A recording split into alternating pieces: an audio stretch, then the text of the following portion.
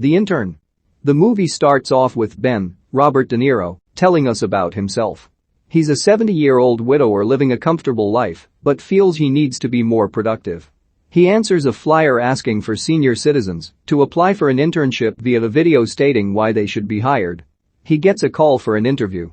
The company is called About the Fit and is run by Jules Austin and Hathaway.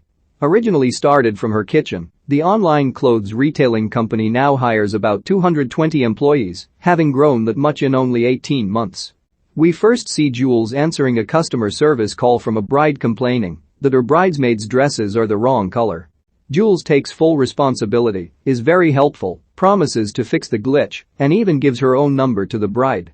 She moves around in her office on a bike, rarely has time to stop and celebrate co-workers' birthdays in the office or have a complete conversation with her mother. At his interview with a series of people, Ben reveals that he used to work for a company that made phone books. The interviewer, Nat Wolf, also asks him where he sees himself in the next 10 years and then realizes the question really doesn't apply. He tells him that he did great in his interviews and video and is quite overqualified for the job. Jules' co-worker Cameron, Andrew Rannells, informs her that Ben is going to be her intern and they had jointly agreed to the outreach program a few months ago. She asks and is advised that the minimum time for her to put up with him is 6 weeks since she has to make an example. Ben takes care to dress impeccably for his first day at work. Jason, Adam DeVine, shows him and 3 other interns, 2 senior citizens including Celia Watson as Doris and a young man, Zack Pearl as Davis. While Davis sets up his table with various gadgets, Ben's table has basic stationery and a simple calculator and watch. The other employees are friendly and help him start up the computer. He is informed by Jules' assistant Becky that he has a meeting with her at exactly 3:55 and he should be prompt because there's another meeting at 4 p.m. Becky also tells him to talk fast and blink a lot because her boss is weirded out by people who do not. In the meeting, Jules informs him that she will not have much for him to do. However, she will email him if something comes up. He does not hear from her for a few days. Nonetheless, he makes himself productive, getting to know the ropes around the place and learning how to deal with the technology. He helps whomever he can and is referred of Mr. Congeniality by Cameron. In addition, he also gives old-school sensible advice to the youngsters when they need it, such as telling Jason to talk properly to Becky for cheating on her since his evasive text messages did not get any response. His first task assigning email is from Becky, asking him to have Jules' jacket cleaned. She spilled soy sauce on it, but she's wearing it, and he has to get it from her.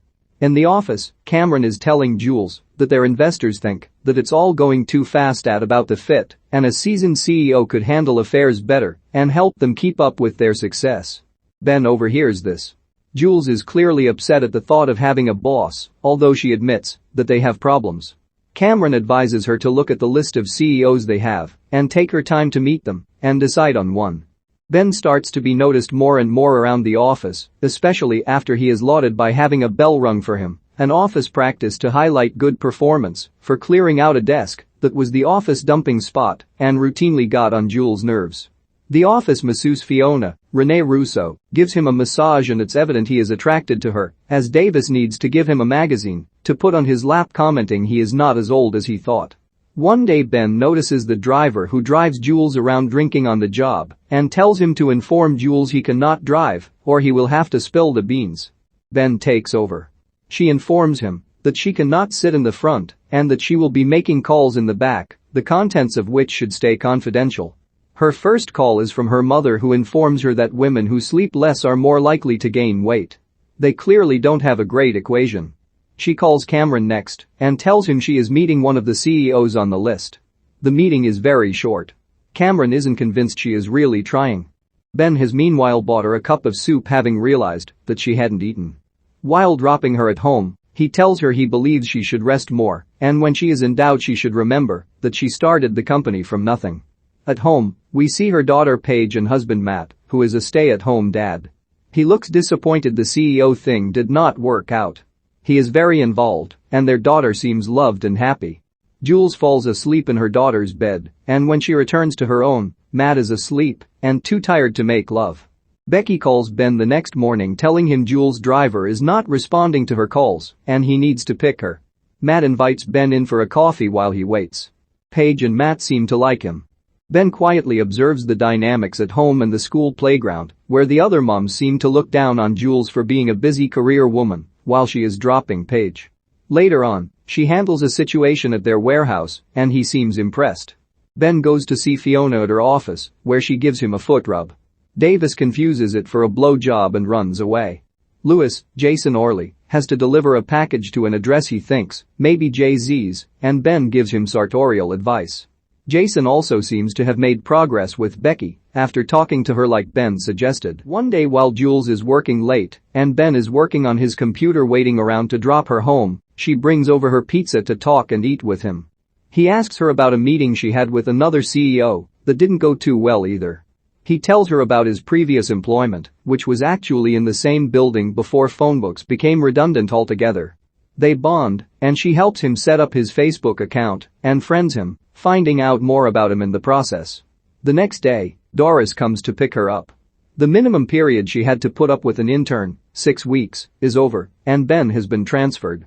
Doris cannot drive, and Jules takes over, while calling Cameron asking for Ben back. She goes to find him in a coffee shop, where he is picking up coffee for the department he currently works at.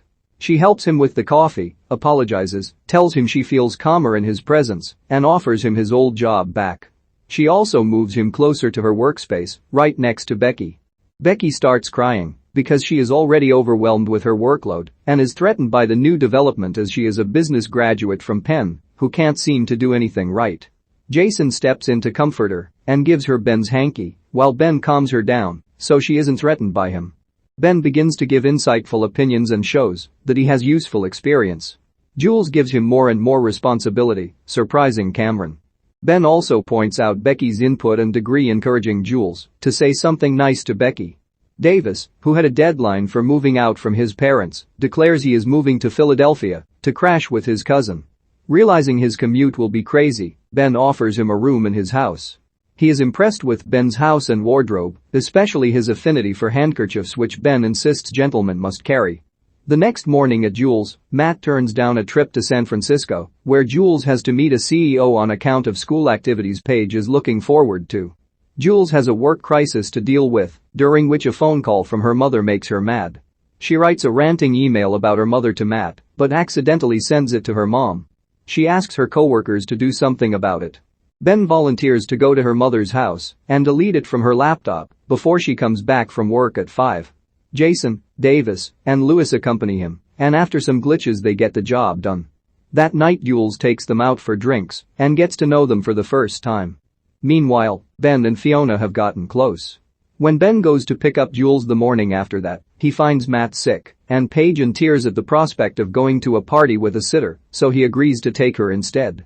In a very dignified manner, he defends Jules' career and professionalism in front of the catty moms, making it sound like partly their victory that one of their own made it so big.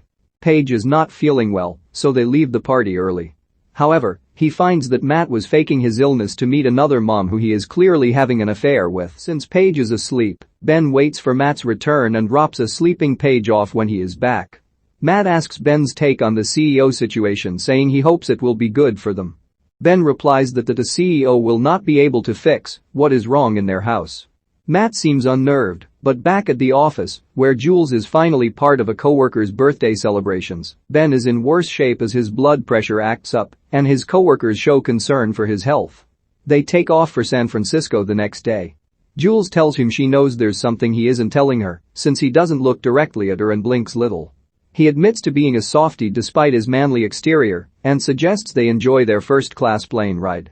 That night a fire alarm goes off in their hotel. When Ben escorts Jules back to her room, it is clear she wants company. She invites him in and asks him about his marriage, eventually confiding in him that she found out 18 days ago that Matt was cheating on her. Ben told her he saw them the previous day as Jukes breaks down. He comforts her and tells her she should only hire the CEO if she wants to, not for anyone else, and she should be able to have both a great career and a good marriage. The next day, her meeting with the CEO takes longer than most of her meetings so far. When she is done, she tells Ben that she hired him on the spot, though the CEO told her to sleep on it. Back at home she informs Matt and tells him she thinks it will be great for us.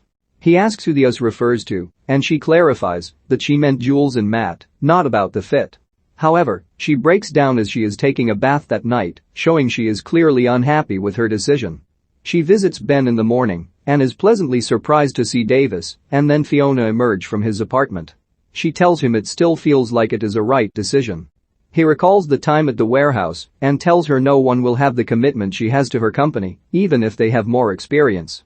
He doesn't see how giving up her company in hopes that her husband will stop having an affair adds up and tells her she came here because she wanted to hear it. She adds that it is also because he is her best friend. The bridesmaid from the customer service call she took at the beginning of the movie has sent her pictures of the bridal party and a thank you note. Also, the CEO she met in San Francisco sent her some flowers. She asks Becky to put him on the phone in a decisive voice. Just then, Matt walks in saying she should not hire the CEO for him. She needs to do what's right for her. She informs him that she is aware of his affair as he is about to admit to it and asks if it is over. They recommit to each other and promise to do better. Jules tells him she was going to call the CEO and tell him that she changed her mind. They kiss. She goes after Ben to tell him that she changed her mind to find him in a Tai Chi group. She joins him, finally letting herself relax.